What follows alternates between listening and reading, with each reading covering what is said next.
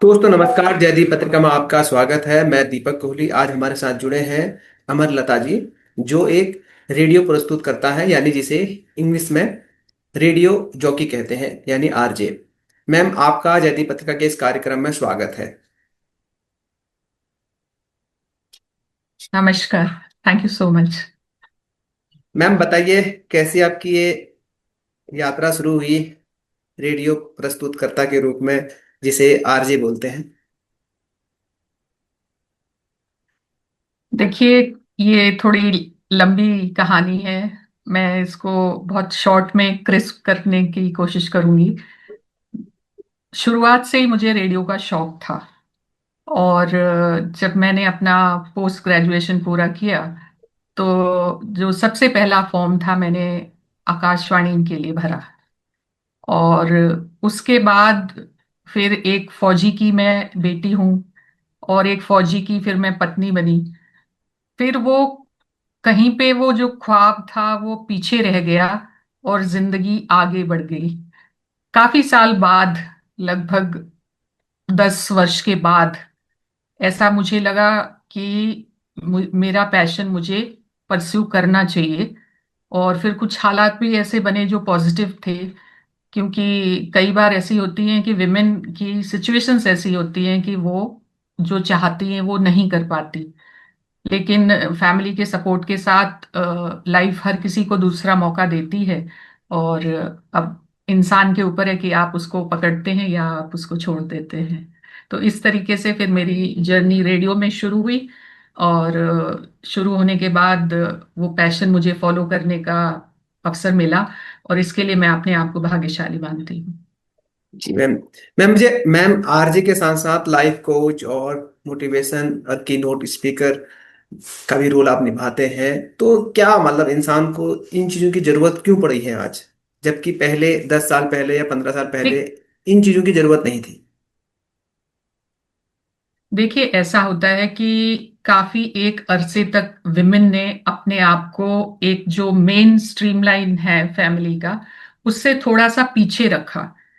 क्योंकि कुछ चैलेंजेस तो विमेन के साथ नेचुरली जुड़े होते हैं, उनको कोई कम नहीं कर सकता। लेकिन काफी सारी चैलेंजेस विमेन के साथ बाद में लाइफ में जुड़ते हैं, जिसमें मदरहुड एक बेसिकली बहुत बड़ा आपके ऊपर रिस्पॉन्सिबिलिटी है। तो जब ये मदरहुड आता है तो irrespective of whatever background you are, आपकी रिस्पॉन्सिबिलिटी वहां कम नहीं होती।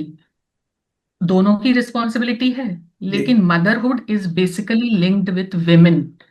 तो इसलिए अभी विमेन को आगे आने के लिए प्रोत्साहित करना, तो अगर समाज में लोग एग्जाम्पल सेट नहीं करेंगे तो बाकी जो विमेन हैं जिनके ख्वाब, हर कोई देखता है ख्वाब, और वो अगर नहीं पूरे हुए तो उनको इससे प्रोत्साहन मिलता है, मोटिवेशन मिलता है, और उनको लगता है कि वो भी अपनी जिंदगी में वो सब चीजें कर सकती हैं जो शायद उन्होंने कभी सोचा होगा।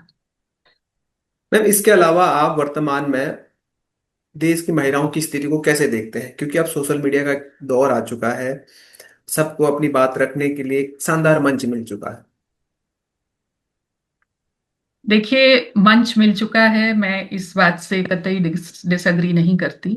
लेकिन अगर मैं, चूंकि मैं मीडिया से रिलेटेड हूँ, सोशल वर्कर भी हूँ, एनजीओ के साथ जुड़ी हूँ, ग्रीन पेंसिल फाउंडेशन के, तो जमीनी स्तर पर मैं महिलाओं को ऑब्जर्व करती हूँ। अगर मैं अपने रूट्स की बात करूं तो बेसिकली मैं एक किसान और जवान फैमिली से जी जी। यहाँ तक आई हूँ। तो मुझे गांव का भी एक्सपीरियंस है, और मुझे जो सो कॉल्ड इलीट क्लास है उसका भी एक्सपीरियंस है। तो महिलाओं की स्थिति में निस्संदेह पहले से काफी चेंज आया है, और पॉजिटिव चेंज आया है। लेकिन अभी भी वो उतना नहीं है कि हम उसको एक एग्जाम्पल के तौर पर सेट कर सकें। तो वो परसेंटेज बहुत कम है। तो महिलाओं की स्थिति अभी जो होनी चाहिए उससे कहीं कहीं पीछे है। और इसमें सपोर्ट ना केवल फैमिली मेंबर्स का लगेगा, बल्कि सोसाइटी का भी लगेगा। क्योंकि एक दृष्टिकोण फैमिली के अंदर भी है विमेन को लेकर, और एक सोसाइटी में भी परसेप्शन है, एक वर्क प्लेस में भी परसेप्शन है। तो सभी को अपने नजरिए को बदलना पड़ेगा और सहयोग देना पड़ेगा, क्योंकि अकेले इंसान कुछ भी नहीं कर सकता। जी जी। मैम, इसके अलावा जो आरजे का रोल है उसको निभाने के साथ साथ कोई युवा अगर उसमें अपना करियर बनाना चाहता है तो कैसे बना सकता है और कहाँ से शुरुआत उसको करनी चाहिए?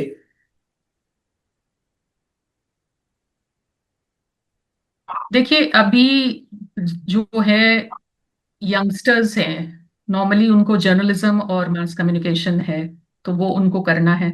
उसके बाद अब आजकल तो जो मेट्रो सिटीज हैं या जो बाकी सारी बड़ी बड़े शहर हैं, उन सभी में मीडिया के बहुत सारे सोर्सेज हैं, बहुत सारे चैनल्स हैं। मैं अभी दूरदर्शन इससे आकाशवाणी और दूरदर्शन से जुड़ी हुई हूँ। तो ये अभी जैसे करंटली मैं मथुरा से बात कर रही हूँ, जी तो यहाँ पे आपको एफएम के या कोई लोकल चैनल और नहीं है। तो इस वजह से यहाँ पे लोग वही सुनते हैं, आकाशवाणी सुनते हैं। लेकिन ज्यादातर जो जगहों पर है, बाकी सारे चैनल्स भी आ गए हैं और लोगों को बहुत सारी अपॉर्चुनिटीज उसमें मिल रही हैं। इसके अलावा लोग अपना भी सेटअप खोल रहे हैं उसके साथ, जो थोड़ा सा एक्सपीरियंस ले लेते हैं फिर वो अपना चैनल शुरुआत करते हैं। और ये जो एक्सपीरियंस के थ्रू आता है, फिर आप धीरे धीरे कहीं आपको थोड़ा सा एंट्रेंस का अगर मौका मिलता है तो आप उसमें घुसिए। फिर जब आप तजुर्बा ले लेते हैं कि क्या क्या चीजें इसके अंदर होती हैं, तो ऑब्वियसली आप उसको फुल टाइम जॉब की तरह अपना पर्सनल कुछ खोल सकते हैं, और साथ ही किसी एसोसिएशन या किसी भी चैनल के साथ भी आप जुड़ सकते हैं। जी। मैम, इसके अलावा आजकल के युवाओं में लगातार तनाव बढ़ता जा रहा है या अकेलापन बढ़ता जा रहा है, इसको आप कैसे देखते हैं? देखिए, अभी ये सभी को पता है कि अकेलेपन की वजह क्या है, पूरी दुनिया में ये चर्चा का विषय है। और अभी एक कदम जो ऑस्ट्रेलिया की सरकार ने उठाया कि 16 साल से कम बच्चों को मोबाइल नहीं देना है, तो ऐसे ही कदम मुझे लगता है भारत में बहुत जरूरी है। क्योंकि जैसे जैसे सोशल मीडिया आया है, वैसे वैसे लोगों के अंदर दूरियां बढ़ी हैं। एक ही घर में चार लोग जब रहते हैं तो आपने देखा होगा अलग अलग वो व्यस्त हैं। मोबाइल आपका टाइम पास तो करा सकता है, लेकिन जो फीलिंग्स हैं वो आपकी शेयर नहीं कर सकता। तो अगर इंसानियत के तौर पर आप अपनी फीलिंग्स को किसी के साथ शेयर करना चाहते हैं, तो ऑब्वियसली आपको एक इंसान ही चाहिए होगा। आप मशीन के साथ बातें नहीं कर सकते, एंटरटेनमेंट कर सकते हैं। तो एंटरटेनमेंट का भी फिर कोई लिमिट होगी, कितना करेंगे आप। फिर जब आपको काफी टाइम बाद फिर क्या होगा, आपको अकेलापन महसूस होगा। और ये अकेलापन युवाओं को ही नहीं है, ये अकेलापन आप देखेंगे कि बुजुर्गों को बहुत ज्यादा है, क्योंकि वो घर पे अकेले रहते हैं। जो कामकाजी लोग हैं उनका तो वक्त निकल जाता है, लेकिन ये अकेलापन उन सभी के लिए है जो जिनके पास अभी काम नहीं है, या जिनका काम करने की अभी उम्र नहीं रही।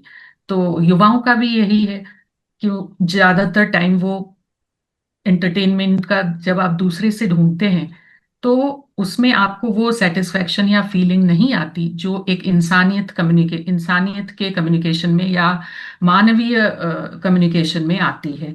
और यही कारण है कि एक समय के बाद वो अपने आप को अकेला पाते हैं। बहुत सारे मेरे क्लाइंट्स ऐसे आते हैं जो मुझे बताते हैं, एक ही सेम ही कहानी लगभग सभी की होती है। तो समाज को इस बारे में सोचने की जरूरत है, और समाज को क्या, हम सभी को सोचने की जरूरत है इसके बारे में। मैम, भारतीय समाज में जो बदलाव आ रहे हैं लगातार, इनको आप कैसे देखते हैं? क्या ये बदलाव अच्छे हैं या फिर ये बदलाव हमारे संस्कृति सभ्यता के लिए कहीं ना कहीं नुकसान पहुंचा सकते हैं? देखिए, बहुत ही अच्छा आपने सवाल किया कि जो जितने भी बदलाव आ रहे हैं, देखिए कोई भी बदलाव पॉजिटिव या नेगेटिव नहीं होता। हर बदलाव में कुछ ऐसी चीजें होती हैं जो पॉजिटिव हैं, और उसके साथ कुछ ऐसी चीजें जब जुड़ी होती हैं जो नेगेटिव है, नकारात्मक हैं। अभी साइंस की ही तरक्की है कि आप देख रहे हैं कि आप यहाँ से बैठे एक सेकंड के अंदर कॉल आप दुनिया में कहीं पे भी लगा रहे हैं, तो वो उसका सकारात्मक पहलू हो गया। नकारात्मक ये हो गया कि आप देश और दुनिया, समाज, घर से सबसे दूर होते चले जा रहे हैं, रिश्ते नातों से आप दूर होते चले जा रहे हैं। तो कोई भी चेंज कभी भी गलत गलती के लिए नहीं आता, या ये कहिए कि उसका कोई प्रभाव गलत हो इसलिए चेंज नहीं आता है। अब हमारे ऊपर है कि हम उसको किस नजरिए से इस्तेमाल करते हैं। अगर हम उसको पॉजिटिव तरीके से इस्तेमाल करेंगे तो निसंदेह वो आपको पॉजिटिव रिजल्ट देगा। और अगर आप हमने उसको नेगेटिव विटी की तरफ उसके देखे हमने पहलू, तो यकीनन वो हमारी जिंदगी में एक नेगेटिव इफेक्ट देगा। मैम इसके अलावा आज के सोशल मीडिया के दौर में फेमस होने की एक बीमारी लगी है हमारे समाज में। लगभग हर दूसरे व्यक्ति फेमस होना चाहता है, और जिसके कारण वो अश्लीलता या फुलहड़ता फैलाया जा रहा है। इसको आप कैसे देखते हैं? क्या इस सोशल मीडिया पर सरकार को कोई कानून लेके आना चाहिए, या फिर सामाजिक जागरूकता से ही इसको रोका जा सकता है? देखिए, मैं ऐसा सोचती हूँ कि हर चीज की शुरुआत आपके परिवार से होती है। कोई भी सरकार हमारे परिवार के अंदर घुस के हमें इंस्ट्रक्शन नहीं देगी कि हमें क्या करना चाहिए, क्या नहीं करना चाहिए।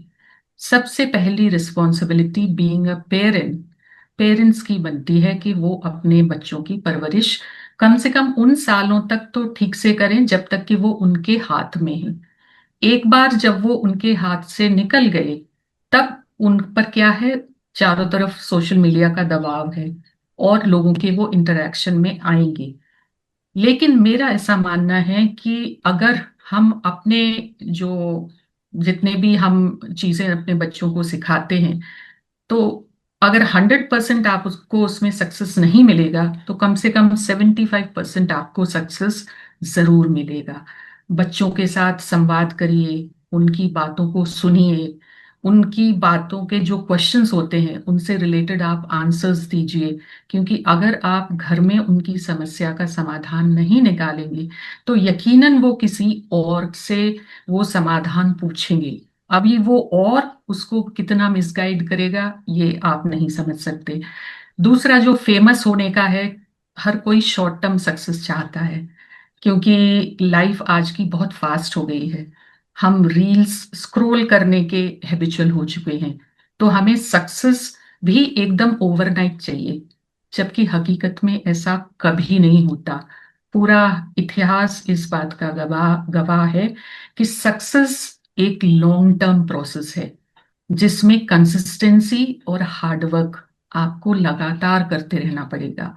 लोग ये करना नहीं चाहते और इसीलिए वो शॉर्ट टर्म सक्सेस की तरफ जा रहे हैं कि जल्दी से हम फेमस हो जाएं। पर ज्यादातर रिजल्ट आपने ये देखे होंगे कि जितना ऊंचाई जल्दी से इंसान ऊंचाई पर पहुंचता है, वो उतना ही जल्दी उस ऊंचाई से नीचे भी गिरता है। तो there is no shortcut to hard work, and ultimately hard work आपको करना पड़ेगा, कंसिस्टेंटली करना पड़ेगा और काफी समय तक करना पड़ेगा।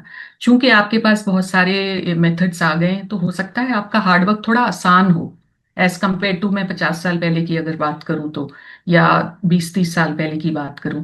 लेकिन जो ओवरनाइट जिस तरीके से हम कोई पेड़ नहीं उगा सकते, उसी तरीके से ओवरनाइट लाइफ में कुछ भी नहीं मिलता है। मैम जब भी भारतीय समाज की बात होती है तो एक कॉमन बात है, जातिवाद दिखाई देता है। वो जितने भी धर्म है भारत में वो सभी में दिखाई देता है, चाहे वो मुस्लिम हो या फिर ईसाई धर्म हो। जबकि हिंदू धर्म की तो ये नींव ही है जातिवाद। इसको आप कैसे देखते हैं? क्या इस जातिवाद के कारण हमारा समाज एक नहीं हो पा रहा है, या इसके कारण हमारे समाज का विकास सही से नहीं हो पा रहा है? देखिए, ये एक बहुत बड़ा रीजन है कि सोसाइटी इसकी वजह से आगे नहीं बढ़ पा रही है।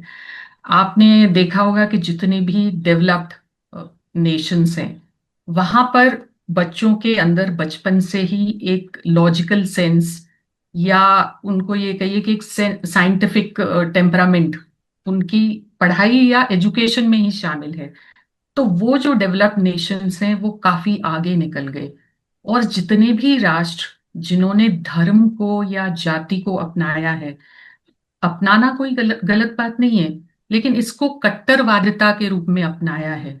वो राष्ट्र अभी भी पीछे हैं, या ये कहिए कि वो कभी भी डेवलप्ड नेशन नहीं हो सकते।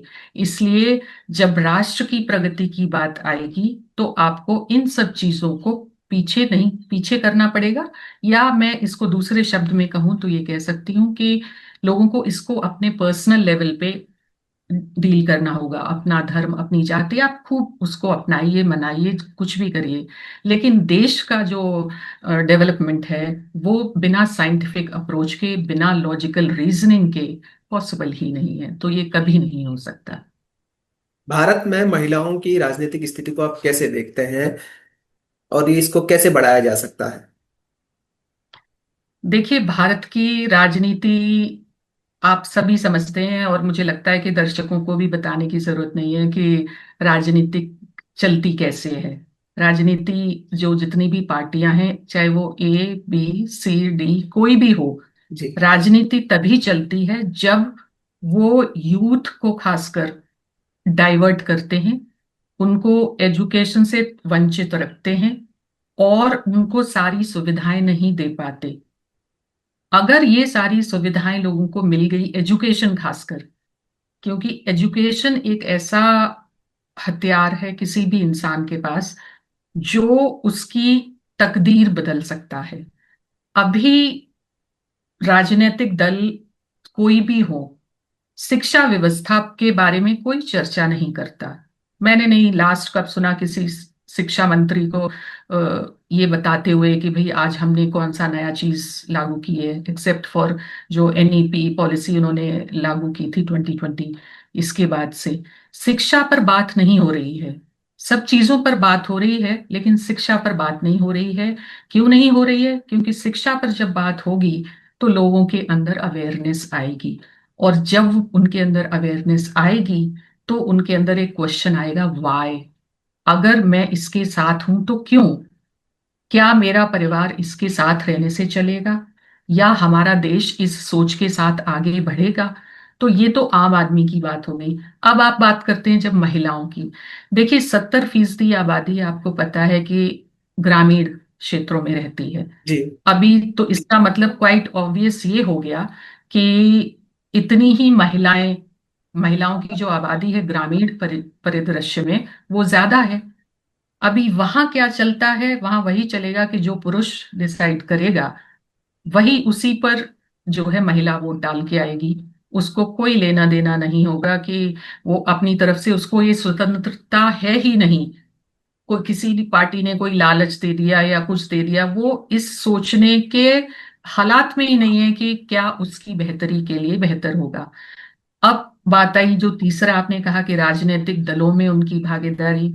देखिए, जो रिजर्वेशन है वो 33% वाला, वो उन्होंने पारित किया, यहाँ पारित किया, एक तरीके से उस चीज को ठंडा तो कर दिया, उस इशू को। लेकिन वो रिप्रेजेंटेशन किसी भी पार्टी में नहीं है, किसी भी सरकार में वो भागीदारी नहीं है, ना वो लॉ बन पाया है। लेकिन सिर्फ उसको कि वो एक से पास हो गया और वहां पे अटका हुआ है, इस तरीके से ये महिलाओं को ये कहकर कि आपकी 50% आबादी है, आपको 33% उसमें मिलेगा। लेकिन यथार्थ में ये ऑन ग्राउंड पे नहीं उतरा है। और इसके लिए सारे हर दल का एक ही कॉन्सेप्ट है, उसमें कोई भी आगे या पीछे नहीं है। मैम, इसके अलावा मैं एक चीज देखता हूँ, महिलाएं बराबरी के नाम पर शहरों में, खासकर मेट्रो सिटी में, तो नशे को या धूम्रपान को पुरुषों की बराबरी से आंकती है, जबकि ग्रामीण क्षेत्रों में ऐसा नहीं है। महिलाएं वहां भी नशा करती है, धूम्रपान करती है, लेकिन उसकी मात्रा बहुत कम है, या परसेंटेज बहुत कम है। इसको आप कैसे देखते हैं? क्या नशा और ये धूम्रपान ही बराबरी रहेगी महिलाओं के लिए, या और भी नहीं, शिक्षा, अपने अधिकार, जागरूकता? नहीं, ये बिल्कुल ही गलत बात है। जैसे आपने बोला, वो मैंने खुद भी देखा हुआ है कि जितने भी ये मेट्रो सिटीज हैं वहां पर इन चीजों का इस्तेमाल होता है। और यहाँ पे ये कहना कि हम ये पुरुषों की बराबरी करेंगे, तो कतई भी कोई भी इमोरल चीज में किसी की बराबरी करने की आवश्यकता नहीं है। क्योंकि विमेन की बॉडी में इन सब चीजों का बहुत ज्यादा फर्क पड़ता है। तो विमेन की बॉडी केवल केवल वो मेन और विमेन का डिफरेंट स्ट्रक्चर है ना। तो इस चीज का आगे आने वाली जो जनरेशन्स हैं उनके ऊपर फर्क पड़ेगा। तो ये जो भी करता है बिल्कुल गलत करता है। ये तो महिला पुरुष का नहीं, मैं दोनों का ही बोल रही हूँ कि दोनों ही के लिए ये किसी भी तरीके का इस नशा करना या एडिक्शन बहुत ही समाज के लिए भी बहुत खराब है, और एक गलत संदेश है जो भविष्य की पीढ़ी में कभी नहीं जाना चाहिए। इसके अलावा सोशल मीडिया को आप कैसे देखते हैं युवाओं के लिए, महिलाओं के लिए? देखिए, ऐसा है कि सोशल मीडिया अगर आप उसको कंस्ट्रक्टिव वे में यूज करते हैं तो आप काफी हद तक उसको एक सकारात्मक तरीके से काफी ऐसी चीजें आप जान सकते हैं जो आप अदरवाइज नहीं जानते। अभी आपको कुछ भी दिमाग में क्वेश्चन आया, अब आपके आसपास कोई नहीं है कि आप किसी से पूछेंगे, तो आप उसका सर्च करके कि वो फलानी कंट्री का कौन राष्ट्रपति है या क्या है, या किसी भी चीज के बारे में सर्च कर सकते हैं उसको। तो उसके वो पॉजिटिव इफेक्ट्स हैं और नेगेटिव इफेक्ट्स भी बहुत ज्यादा हैं। ये पर्सनल इस्तेमाल करने वाले के ऊपर है कि वो उसके किस उस तरफ जाता है, या वो पॉजिटिविटी देखना चाहता है या नेगेटिविटी। अब अभी आपकी बात को अगर मैं आगे कंटिन्यू करूं, देखिए हिंदुस्तान में बेरोजगारी एक बहुत बड़ी समस्या है। यही कारण है कि लोग जो यूथ है खासकर, वो अपना ज्यादातर वक्त इसी सोशल मीडिया पर डाल रहा है, क्योंकि उसके पास काम नहीं है करने के लिए। खेती अब जो काम है वो कोई करना नहीं चाहता, क्योंकि उसमें इतनी मेहनत है। मेहनत के बाद उसका रिजल्ट 6 महीने के बाद या 4-5 महीने के बाद आएगा। उसमें भी कोई नेचुरल कैलेमिटी हो गई तो वो भी नहीं आएगा। तो वो लाइफ स्टैंडर्ड भले ही चाहे आपको वहां शुद्ध हवा मिल रही है, शुद्ध पानी मिल रहा है, लेकिन इंसान जो है अब शहरों की तरफ इसीलिए भाग रहे हैं क्योंकि उनको वो लाइफ से बेटर लाइफ जीनी है। हालांकि ऐसा नहीं है कि वो यहाँ के बेटर लाइफ जी रहे हैं, लेकिन एक सोच पैदा हो गई है। तो उसमें आप गांव में जाएंगे, आपको इवन गांव में हर घर में हर बच्चे के पास आपको मोबाइल मिलेगा। पहले ऐसा था हुआ कि भाई एक के पास होता था या दो के पास होता था, अब तो बच्चे के पास है, हर काम करने वाले के पास। जरूरत हो गई है वो, ये नहीं है कि वो गलत है या कुछ, जरूरत हो गई है लोगों की, तो सबके पास वो चीजें हैं। तो जब इंसान के पास काम नहीं होगा, या तो वो अपना काम कर रहा है कि भाई तो वो यूज नहीं कर सकता दोनों चीजें, केवल ऑडियो सुन लेगा या कोई गाने सुन लेगा। जब उसके पास कोई काम ही नहीं है, जहाँ पे आप 63% यूथ बोलते हैं कि हमारा 63%, we are proud of 63% youth. तो ये प्राउड यूथ करे क्या? ये अपना टाइम इसीलिए इनका ज्यादातर सोशल मीडिया पे जाता है, और फिर धीरे धीरे वो अडिक्ट होके और गलत चीजों में भी चले जाते हैं। तो हर किसी को काम मिलना बहुत जरूरी है। ये नहीं कि सभी को आप ए ग्रेड की जॉब्स मिले, लेकिन बेसिक काम मिलना चाहिए। और इसका एक सोल्यूशन जो मैं हमेशा किसी भी अपने स्पीच में बोलती हूँ तो वो यही कहती हूँ कि ये जो रूरल पॉपुलेशन है, इसको वापस कुछ इंसेंटिव देके आपको गांव में भेजना पड़ेगा। द मोमेंट ये रूरल पॉपुलेशन गांव की तरफ जाती है, तो अपने आप ही शहरों का जो कंजेशन है, ट्रैफिक जैम है, पोल्यूशन है, ये सारी चीजें कम होंगी। लेकिन जाएगी कैसे? आप ये सोचो कि जो लोग वहां के शहरों में आके 10,000 या 20,000 की नौकरी दिल्ली में कर रहे हैं, वो अपने घर में कितना पैसा भेज पाते होंगे अपना खर्चा निकाल के? क्या हाँ सरकारें इनको 10-15 हजार का कोई काम इनके गांव में नहीं दे सकती, ताकि वो आए ही नहीं यहाँ पे? तो ये जो बैलेंस जो इकोसिस्टम का है, ये सरकारों को करना है। और ये कतई ऐसी चीज नहीं है कि सरकारें नहीं कर सकती, सब कुछ किया जा सकता है। अब क्यों नहीं करती, इसका जवाब तो सरकारें ही दे सकती हैं। मैम, एक आरजे को अपनी आवाज को बेहतर रखने के लिए क्या क्या करना पड़ता है, और कैसे अपनी आवाज की केयरिंग करता है? आपने क्या क्या किया, थोड़ा सा आप अपने बारे में बताइए। देखिए, आरजे की आवाज के लिए तो मैंने कुछ भी नहीं किया। कईयों को ये नेचुरल होता है, गॉड गिफ्ट होता है, पर यह है कि उसको आगे थोड़ा सा आपको सॉफ्टनेस लानी पड़ती है। सॉफ्टनेस, आप टोन थोड़ा सा चेंज कर सकते हैं, पर साथ ही आपको ये ध्यान रखना पड़ता है कि आप ठंडी चीजें अवॉइड करें, क्योंकि आपका काम अगर बोलने से ही है तो आप ठंडी चीजें अवॉइड करते हैं। और यही सब चीजें हैं जो आपको, कोई खास इसका कोई मेथडोलॉजी नहीं है, कोई प्रोसीजर नहीं है। मोस्टली नेचुरली फैक्टर होता है ये किसी किसी की आवाज में। और उसको बनाए रखने के लिए आपको उसी फील्ड में अगर आप जो भी कर रहे हैं प्रैक्टिस करनी पड़ती है, ऐसा ही है। मैम इसके अलावा एक आजकल बहुत सामान्य बात हो गई है, जो शादी ब्याह हो रहे हैं वो बहुत जल्दी टूट रहे हैं, चाहे वो फिल्म स्टार हो या क्रिकेटर हो या फिर हमारे ही आसपास में हम देखते हैं। तो इसको आप कैसे देखते हैं? क्योंकि आपके पास एक अनुभव है, देखिए पत्रकार भी आप रहे हैं, और इसके अलावा लाइफ कोच भी आप हैं। तो उस नजरिए से आप थोड़ा सा बताइए, क्योंकि आपके पास तो बहुत सारे केस भी आते होंगे इस तरह के। देखिए मैं आपको बताऊं कि पहले ये केसेस जो है हाई प्रोफाइल सोसाइटीज में सुनने में आते थे। आजकल ये केसेस बहुत आम हो गए हैं। And let me tell you the figure कि 50% ऑफ केसेस आप डिवोर्स में जा रहे हैं। उसका सबसे बड़ा पहला एक रीजन ये है कि विमेन एजुकेटेड हो गई हैं। अभी एजुकेटेड होने के बाद वो घर में अपना, अब अगर वर्किंग विमेन है, आप समझ रहे हैं कि अगर वर्किंग विमेन है, अगर वो घर पर आती है तो आप, उसके लिए घर के भी काम है, उसका काम हो गया डबल। हम्म वो हम्म बाहर भी काम कर रही है, घर पर भी आने के बाद उसको सारी जिम्मेदारियां घर पर भी निभानी है। वहां काम करते हुए भी वो 4 बार फोन लगा रही है अपने घर में, अगर बच्चा है तो, कि वो आया नहीं आया, फिर अगले दिन क्या बनाएंगे सब। क्योंकि मेरी बहुत महिलाओं से बात होती है, यकीन मानिए उनमें वो महिलाएं नहीं है जो बहुत छोटी छोटी जॉब्स कर रही हैं। बहुत हाई प्रोफाइल लेवल पर भी जो जॉब्स कर रही हैं महिलाएं या हैं, उनका भी कंसर्न सेम है। ये ग्लोबल इशू है कि महिलाओं की जो घर के अंदर उनको जो ड्यूटीज हैं वो उनके लिए डबल हो गई। यहाँ पुरुष जो समाज में है उनको जागृत करने की आवश्यकता है कि जिस तरीके से जब महिला बाहर जा रही है, जब आप घर में आएंगे तो you need to contribute the same. आप उतना कंट्रीब्यूशन नहीं तो 50%, 70% कुछ तो कंट्रीब्यूट करेंगे। लेकिन पुरुषों की मानसिकता वही चली आ रही है जो पहले से चली आ रही है। धीरे धीरे चेंजेस हो रहे हैं लेकिन वो चेंजेस इतने कम हैं, 0.002%, कि उसको यहाँ बताने का भी कोई लॉजिक मुझे समझ में नहीं आता। तो जब दोनों ही समझेंगे इस चीज को, अब क्या है, विमेन है फाइनेंशियली इंडिपेंडेंट। एक ही चीज जो विमेन को रोक रही थी अभी तक, वो था फाइनेंशियल इंडिपेंडेंस। और दूसरा उनको ये था कि अपने पेरेंट्स को क्या देखेंगे बताएंगे, समाज में लोग क्या कहेंगे।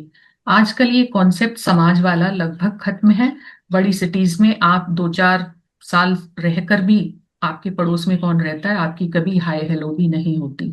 तो लोगों को वो फियर तो अब रहा ही नहीं कि समाज क्या कहेगा, क्योंकि वो अब उस टाइप का समाज का जो एक ढांचा था वो नहीं है। दूसरी बात, विमेन के इंडिपेंडेंट होने से वो अपने डिसीजंस लेने लगी हैं। तो जब वो अपने डिसीजंस लेती हैं तो उनमें ये अवेयरनेस आ गई है। क्योंकि एक बर्डन है, आप सोचिए कि काम करने अगर दोनों ही जा रहे हैं, अगर मेल को जितना टायर्डनेस है घर के अंदर, जो बाहर जा रही है लेडी उसकी बात तो आप अलग ही छोड़ दिए, घर में जो हाउस वाइफ है उसका भी उतना ही सुबह से शाम तक हेक्टिक है। लेकिन दैट इज अनएक्नॉलेज। कोई उसको एक्नॉलेज नहीं करता, कोई उसको अप्रिशिएट नहीं करता। कोई उसकी पेड लीव नहीं है, लोगों की लीव होती है होली दिवाली और ये, जो हाउसवाइफ की कोई लीव नहीं होती। होली दिवाली उसको डबल काम करना पड़ता है। तो जब विमेन फाइनेंशियली इंडिपेंडेंट हुई है तो उनको ये लगा कि बेसिकली साथ रहने का मकसद क्या है। मकसद है कि एक फैमिली बनाना, एक साथ में रहना, और फिर बच्चे और एक सेटअप सेट करना। लेकिन अगर वो रोज टेंशन में अपना दिन निकालेंगी, यही टेंशन उनको रहेगा कि कैसे घर चलाएं, कैसे वो करें, और अगला दूसरा इंसान कॉर्पोरेट नहीं कर रहा है, तो फिर ये डिसीजन वो ले लेती हैं, क्योंकि अब उनको डिसीजन लेना आसान हो गया है, क्योंकि फाइनेंशियल इंडिपेंडेंस उनके पास है। जो, और दूसरा, लोगों में संयम की बहुत कमी है। जैसे एक जनरेशन पहले तक या 2 जनरेशन पहले तक लोगों के अंदर संयम बहुत था। संयम था मतलब अगर किसी ने कुछ बोल दिया या कुछ हुआ तो लोग पेशेंटली सुन लेते थे। अब लोगों के अंदर संयम की बहुत भारी कमी है। और वो डिसीजंस जो है, इवन ये जो डिवोर्स केसेस के डिसीजंस ऐसे लेते हैं जैसे कोई छोटी सी बात हो। पहले लोग सोचते थे, अपनी फैमिली से डिस्कस करते थे, अपने पेरेंट्स से डिस्कस करते थे, फिर पेरेंट्स साथ में डिस्कस करते थे। आजकल बहुत से केसेस में तो पेरेंट्स इन्वॉल्व हैं ही नहीं। तो जब पेरेंट्स इन्वॉल्व नहीं हैं तो why will they get into all this. तो यहाँ पे डिसीजन फिर फीमेल्स, या तो बहुत सारी आपने देखी होंगी आज के टाइम में, they are not going towards marriage. वो काफी एज हो जाने के बाद भी वो शादी करना नहीं चाहती। तो कुछ ना कुछ तो समाज में उन्होंने ऐसा देखा होगा जो उनको ऐसे डिसीजंस लेने के लिए मजबूर कर रहा हो। तो me being a woman, I will definitely talk for women। And सारे जेन्युइन केस हों, ऐसा ऐसा भी नहीं होता है, एक्सेप्शंस आर ऑलवेज देयर। और मेल्स काफी हद तक अभी कॉपरेट करने लगे हैं, लेकिन अभी भी बहुत कुछ सीखना और करना बाकी है। अगेन, ये कहाँ से शुरू होगा? ये बेस, नींव से शुरू होगा। कि जब मदर अपने बेटा और बेटी को रेज कर रही है, तो she should give equal concept to both. ये नहीं है कि बेटी है तो तुम ऐसा कर लो, बेटा है तो ये करेगा। तो वहां से उसको ये शुरुआत करनी पड़ेगी। और इस तरीके से ये लंबा समय लगेगा, तब जाके आप कोई नतीजा समाज में इसके लिए देख सकते हैं। मैम इसके अलावा जो पहले सामान्य डिलीवरी होती थी महिलाओं की, अब वो अधिकतर जो डिलीवरी हो रही है वो ऑपरेशन के माध्यम से या अस्पतालों के माध्यम से ही हो रही है। और जबकि पहले की जो महिलाएं थी, अगर मैं अपनी मम्मी की बात करूं या मम्मी के दादी की बात करूं, तो उनके बहुत सारे बच्चे भी होते थे, तब भी वो नॉर्मल रहती थी, हेल्दी रहती थी।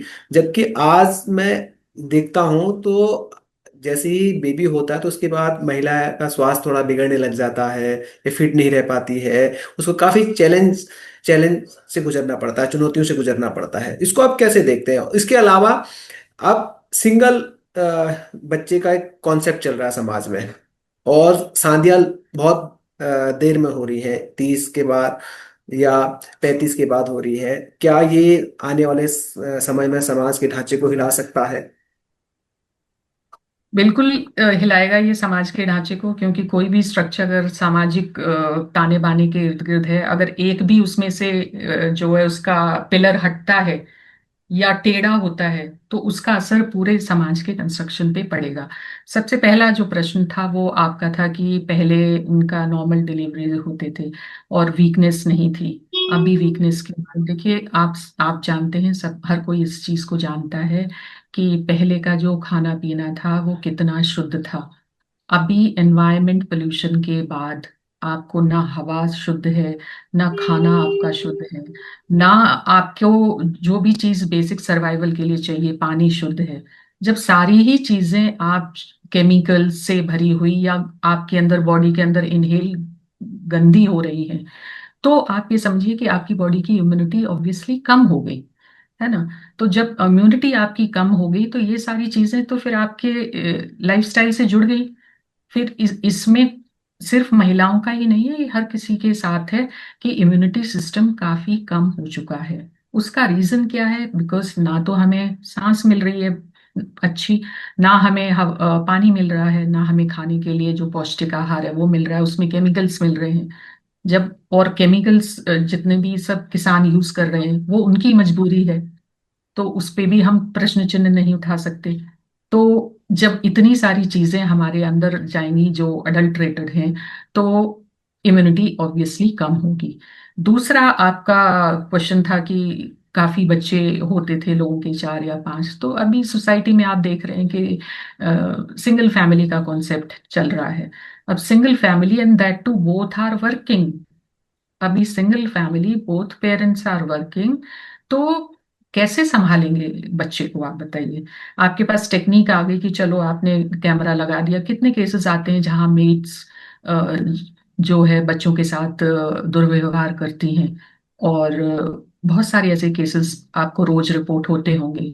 जी तो जी। इसी वजह से लोग बच्चे नहीं पाल पा रहे हैं, तो एक ही बच्चा उनको सोच रहे हैं। एक क्वेश्चन पूछा आपने लेट शादी करने का। देखिए, लेट शादी करने का है कि महिला चाह रही है कि उसको फाइनेंशियल स्टेबिलिटी मिल जाए। जब उसको फाइनेंशियल स्टेबिलिटी मिल जाती है, तब अब जब वो किसी को ढूंढ रही है या किसी से शादी करना चाहती है, तो उसके टर्म्स एंड कंडीशंस हैं। पहले जैसा टर्म्स और कंडीशंस नहीं नहीं, थे। मैम मैं यहाँ सिर्फ पर आपको आया। रोकना चाहूंगा। अब जो हमारा एज है वो बहुत कम हो चुकी है। अगर हम हम्म। लेट शादी करेंगे, लेट बच्चा पैदा होगा, तो फिर जो जब हम बूढ़े हो जाएंगे तो बच्चा हमारा बहुत ही छोटा रहेगा। तो फिर ये प्रॉब्लम नहीं होगा सामाजिक ताने बाने के लिए? देखिए, प्रॉब्लम प्रॉब्लम जरूर होगा, लेकिन भारत 150 करोड़ की आबादी वाला देश है। यहाँ अगर जनसंख्या कम भी हो जाती है तो कोई खास फर्क पड़ने वाला नहीं है। ओके। ये है। दूसरा, ये मदरहुड भी चॉइस हो गई है अब। Motherhood is a choice now.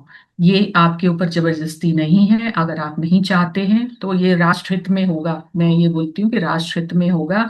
क्योंकि सारे कॉन्सेप्ट्स जो हैं, पहले ये होता था कि बच्चा किस लिए आपकी देखभाल करेगा जब आप बुजुर्ग हो जाएंगे। जी जी। आज कितने वृद्धा आश्रम खुल चुके हैं, छोटे छोटे शहरों में वृद्धा आश्रम खुले हुए हैं। बच्चे कहाँ हैं? है ही नहीं। तो आप बच्चे आपको चाहिए क्यों? पहले का जो सोचना था लोगों का, वो अलग दृष्टिकोण था। जी आजकल का अगर सोचना है तो ये है कि बच्चे आपके साथ रहने ही नहीं है। जब और फिर दूसरा, ये बहुत बड़ी रिस्पॉन्सिबिलिटी है। मैं तो कहूंगी कि अगर आप ये रिस्पॉन्सिबिलिटी निभाने के हालात में नहीं हैं, तो please don't go for that decision. Just for making, लोगों को खुश रखने के लिए आप उस डिसीजन में मत कूदिए। क्योंकि बच्चे की रिस्पॉन्सिबिलिटी आपके ऊपर है, और आपको जो है निभाना है उस तरी उसको। तो ये आसान काम नहीं है आज के वक्त में, बच्चा पालना, उसको पढ़ाना, अच्छे इंस्टीट्यूशन में पढ़ाना, और ये सब में बहुत आपको पैसा भी लगता है, टाइम का भी इन्वेस्टमेंट है। तो ये अब पर्सनल चॉइस हो गई है, इसके बारे में मैं ज्यादा नहीं कुछ बोल सकती। और अगर मैं यही बोलती हूँ कि अगर आप रिस्पॉन्सिबिलिटी नहीं ले सकते, तो बजाय बच्चे को किसी ऐसे सिचुएशन में डालने की बजाय कोई अनअवॉइडेबल सिचुएशन में डालने डालें। इससे अच्छा तो है कि आप जो डिसीजन लें वो सोच समझ कर लें। Okay ma'am. क्योंकि बहुत बहुत अल्टीमेटली कोई देखभाल करने वाला नहीं है। जी जी मैम, बहुत बहुत धन्यवाद, आपने जयदीप पत्रिका को अपना बहुमूल्य समय दिया। Thank you so much, thank you so much, it was pleasure talking to you. Thank you. Thank you.